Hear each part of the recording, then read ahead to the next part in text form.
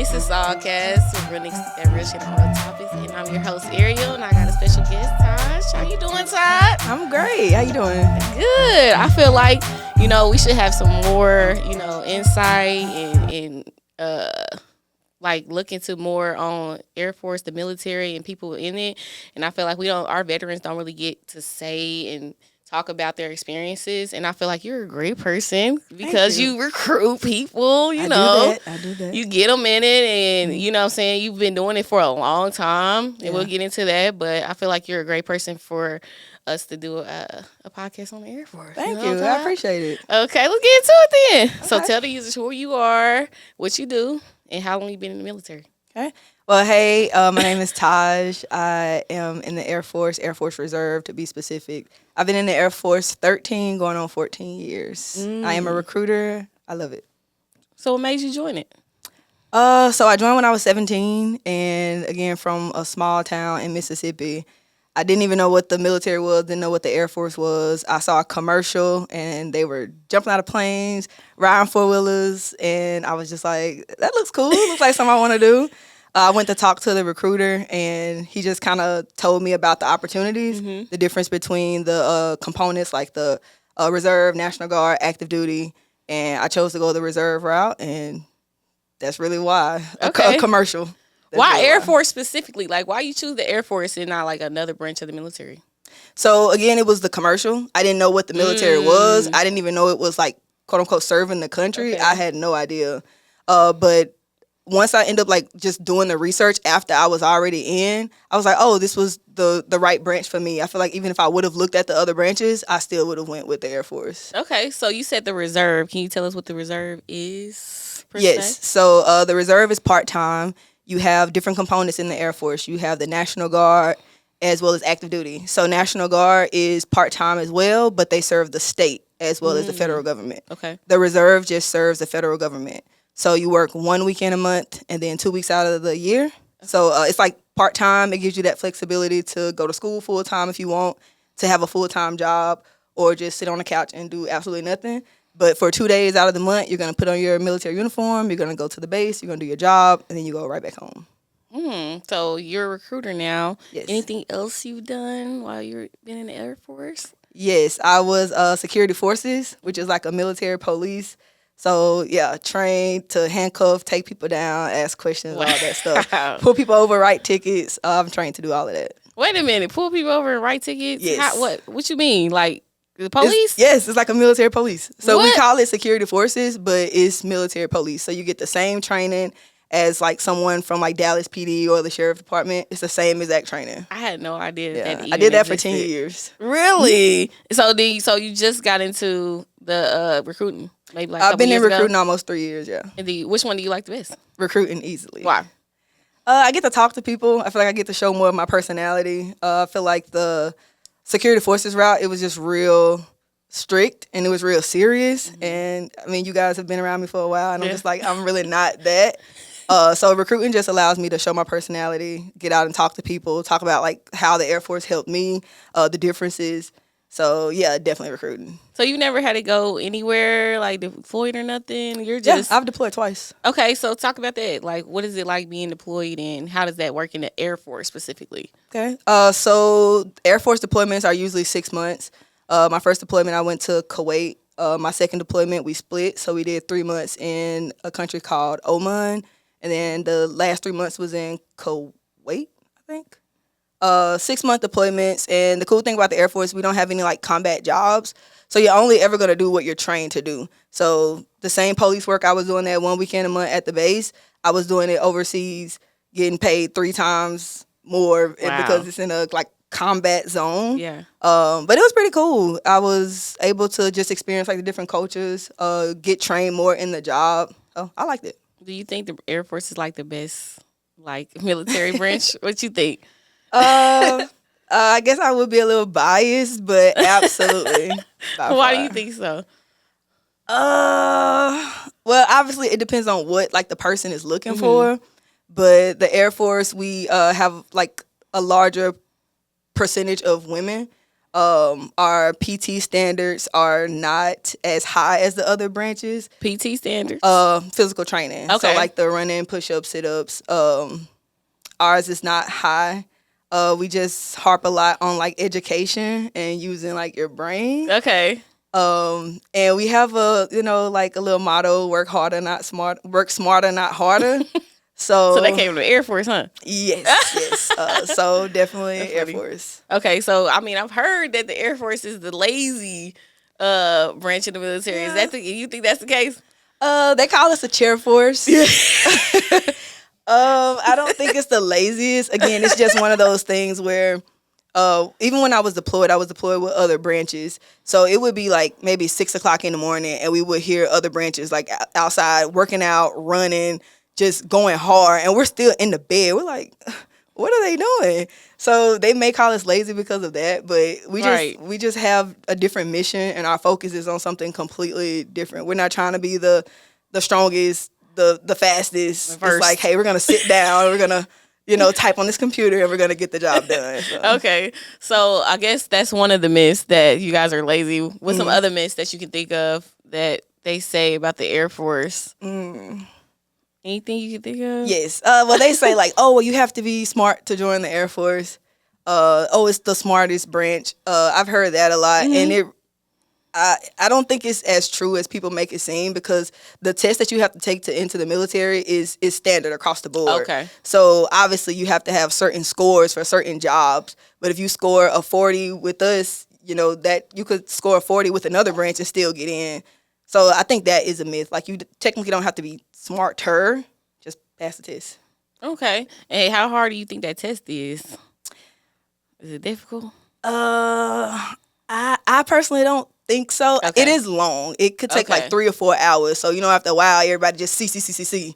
So I don't think it's a hard test. We give it to like 16, 17-year-olds in high school. And again, it's just an aptitude test. It's called the ASVAB, and it just goes over a lot of different things. You have general knowledge, arithmetic, math, mechanical, engineering, electrical, just to see, like, again, what do you know? Because that test is what's going to help us match you with a career.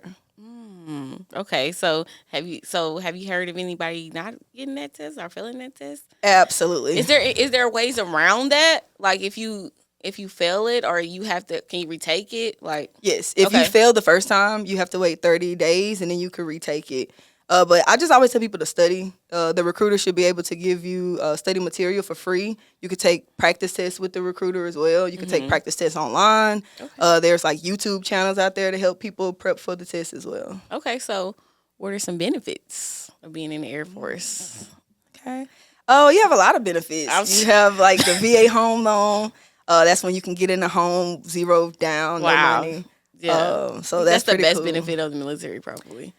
Again, it depends. Everyone is looking for something different, so we just have to figure out. Schooling too? Schooling, the education benefits. Get almost $50,000 in free education. You have the health insurance. A lot of people join for insurance.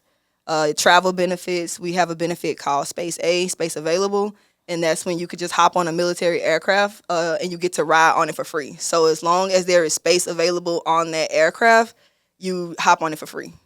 Interesting. Yeah. Have you been using that?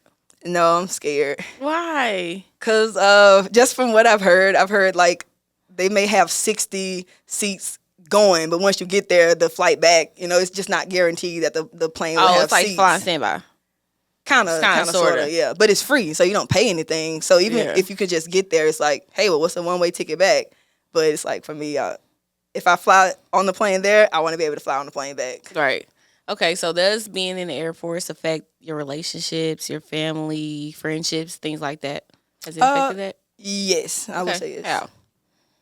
So for one, so I'm what we call AGR. So I'm active guard reserve. Mm-hmm. So I joined as a reservist doing the 1 weekend a month, 2 weeks out of the year. But then I decided to go full time. So I can move around every like 3 to 4 years. So obviously that would affect like relationships because you could be in one location, you meet someone, you decide, hey, I really like this person. And you start to get to know that person, but in the back of your mind, like, I'm only here maybe 3 to 4 years. If that person has a secure job, they're probably not going to want to move.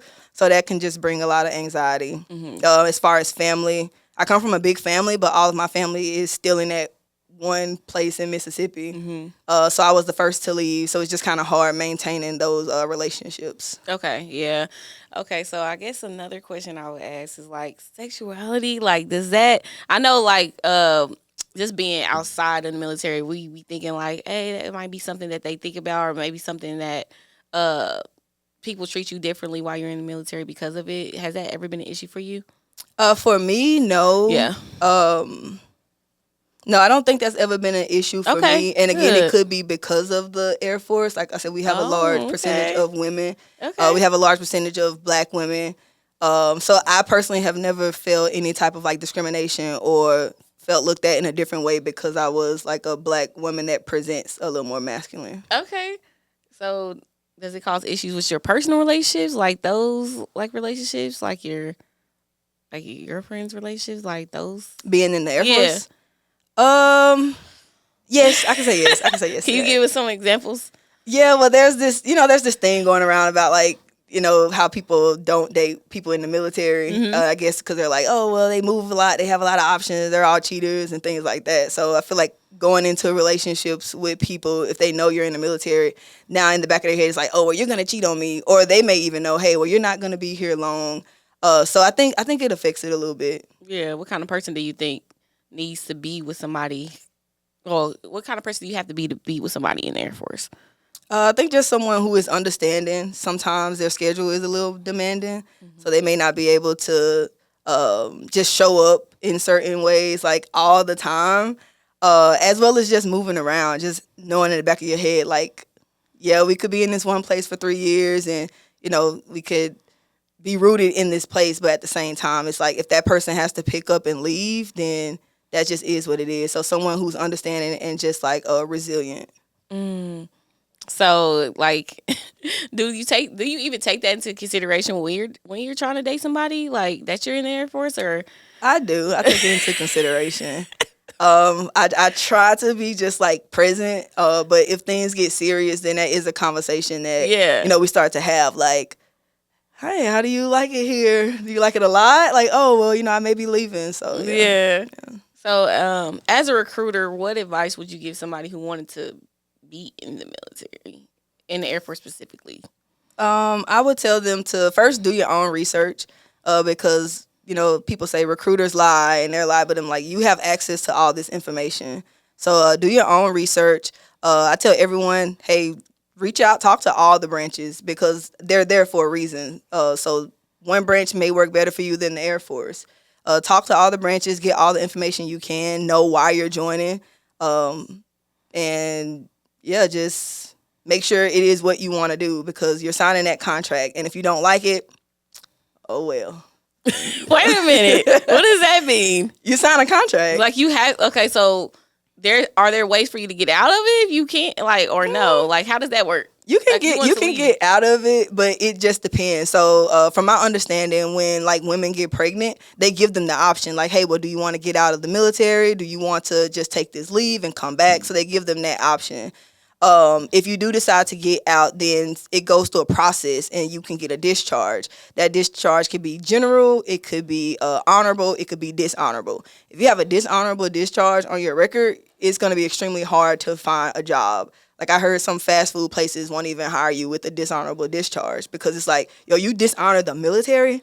Like what type of person are you? So it's just when you're signing that contract, you just want to make sure I'm joining because of this reason. This is the best branch for me. This is the best component for me. And this is what I want to do. Yeah, because if not, then you're stuck. Yeah, I mean, again, you can ask for a discharge, but they're probably not going to give you an honorable. So now you have to, when you're filling out applications, they're going to ask, are you a veteran? You check, yes. Do you have an honorable discharge? You check, no. Sometimes as soon as an employer see that, they're not going to consider you for that job. Yeah. Yeah. So do you have you seen anything like that? Have you ever came across? Yeah. What do y'all do? Like when you get somebody like that? Like I would think like maybe people that discharge from one part of the military maybe want to come to the Air Force. Yeah. Have you ever got that?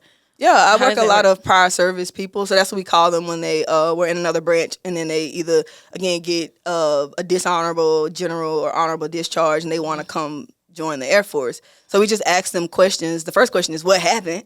What type of discharge do you have? We have these things called RE codes. So we'll ask for their RE code. And then we have a rule book that will kind of tell us what that RE code means. But then they have to write a statement telling what happened. And it just has to go up all the way to like someone way above me. And they're going to be the ones to either approve or deny their request to join the Air Force. Oh, see, I was about to ask you that. So you're the recruiter. So you have to. Are people coming to you actively? Or are you going to find people, or both? A little bit of both. Okay. Yeah. So how does it like? Does the company or more, I guess the military send you the people? How do you find how do you get the people? So we have zones. Okay. So we'll cover like certain areas, and you would have to get out into that area and kind of put your just put out information about the Air Force Reserve. So you would put out business cards or whatever, just kind of let people know that you're there, like you're a part of the community. So sometimes attending community events, attending career fairs, just letting people know, hey, I'm here. Yeah. And then the people that you put in, you want to show up good for them because they'll go out and tell their cousins, their brothers, sisters, and next thing you know, you have 5 people who just, came in off the strength of hearing about how good you were to someone else. Yeah. So, yeah. So would you recommend the Air Force to anybody? Absolutely. I recommend the Air Force to everyone, at least the Air Force Reserve. Because, right. Again, it's part-time, and it just gives you that flexibility. If you don't know what you want to do, it's like, okay, cool. This is something you could do 2 days out of the month, and you still have access to all of these different benefits. If you want to go to school, guess what? The Air Force is there to assist in paying. If you want to get a house, guess what? The Air Force is there. If you want to travel, the Air Force is there. And it just beats sitting at home trying to like figure things out. Yeah. So what type of person do you need to be in order to be successful in the Air Force? Well, I guess smart, because you have to pass the test. Yeah, of course. But again, just someone with some drive and some ambition and with goals. Probably flexible. Absolutely. Well, the reserve. Okay. Okay. So because the reserve is part-time. And then we're going to ask you, where do you want to serve? But they might get deployed if they're in these reserves. They could, couldn't they? they? Yeah, they could. Okay. I've met people who have been in the Air Force Reserve 20 plus years and never deployed. And I've been in 13, almost 14, and I deployed twice. Okay. So even that in itself is like a gamble because you don't know if you are going to get deployed. But you could also volunteer if that's something you want to do. Okay. And if somebody wants to be in the Air Force, how do they go about finding? Do they just look in the area for the air? They just Google it? Like, how would you find somebody to help them, or a recruiter like you? Okay. So you can definitely go on Google. Okay. You can go on airforce.com, afreserve.com, type in your zip code, and that will pull up the closest recruiter. And then you just call that recruiter. You can pop up at the office, talk to them, but that would be the best route. Did you get an education through while you were in the Air Force? Yes. Okay, and did they pay for everything? Absolutely. How does that work? So when you go to school, or you'll just tell your supervisor first, like, hey, I'm planning to use these education benefits. They'll get everything set up for you. There are certain benefits that will go straight to the school, but then there's another benefit, the Montgomery GI Bill, and that comes straight to you. Okay. So, and then on top of those education benefits that the Air Force gives you, you still have access to like FAFSA and any other grants and scholarships that you already have. So there are ways you can get on top. Yeah, you can get 100% of your tuition paid. Yeah. But the Air Force is still going to come behind them and say, hey, well, since you're serving, these are your benefits. And then you just end up getting that back in the form of a refund check. Right. And that's how you would survive, huh? Yeah. Okay, so I know you said you did the house too. Is that something you had to go through your supervisor to do too, to get those benefits? Yes. So again, you would just say, hey, I'm eligible for the VA home loan. That's something I want to use. They'll sign off on it. And when you start talking to like I don't know if it's a realtor or then you'll turn that form in and they'll be handling everything in the back. Okay, so last question. Okay, so I asked you what type of person is probably the best. If there's a person out there that you would think would be the best type of person to join the Air Force, maybe they're not, what kind of person would that be? Or how would you convince them to come and join the Air Force? Okay, so if I seen someone who, again, just if I saw that, okay, this person is smart, this person may want to go to school, they have no idea how they want to pay for their education. Like you said, they are just willing to kind of travel, open to the opportunities of the Air Force Reserve. That person, for me, is a great candidate. Okay. But what I'm not going to do is convince anyone. Like, again, I'll tell them the benefits. because again, the Air Force is not for everyone. Yeah. And there's a reason why we are voted the branch with the happiest people. But that's because people who are in the Air Force want to be in the Air Force. We're not going out forcing them, and we're not going out like, hey, you need to come over here. It's just like, hey, you know, this is something we have. You can get the education benefits. You can get the travel benefits. How does that sound? Yeah. So, yeah, those people will join. And if they don't, then again, like we tell them, hey, explore those other options, because there's a reason why the Navy exists. You know, some people like to be on water. Some people like that thing. There's a reason why the Army and Marines exist. Some people like combat. They want to be, you know, in the stuff. They want to be shooting. And then there's people who may want to sit back and chill and support those missions. And those are the people that we want in the Air Force. That's awesome. Yeah. Okay, so how could people like in your area, and it's Texas, right? In the Fort Worth area? Is that where you're at? Yeah, so I cover Arlington, parts of Fort Worth, parts of Dallas, and then I cover everything in like the Killeen, Harker Heights, College Station area as well. How would they get in touch with you if they wanted to, you know, join the Air Force? AFreserve.com. Hey, okay. And that's the SawCast. Thank you guys for listening. Like, share, subscribe. Thank you, Taj, for being here. This was great. And giving all your information to us, like all the valuable information. And I hope if you're somebody that's not really, don't got nothing that much going on, you know what I'm saying? Like, I feel like the Air Force is probably like one of the most safest branches of the military. So I feel like that's something that you definitely should take into account. I agree. Thank you.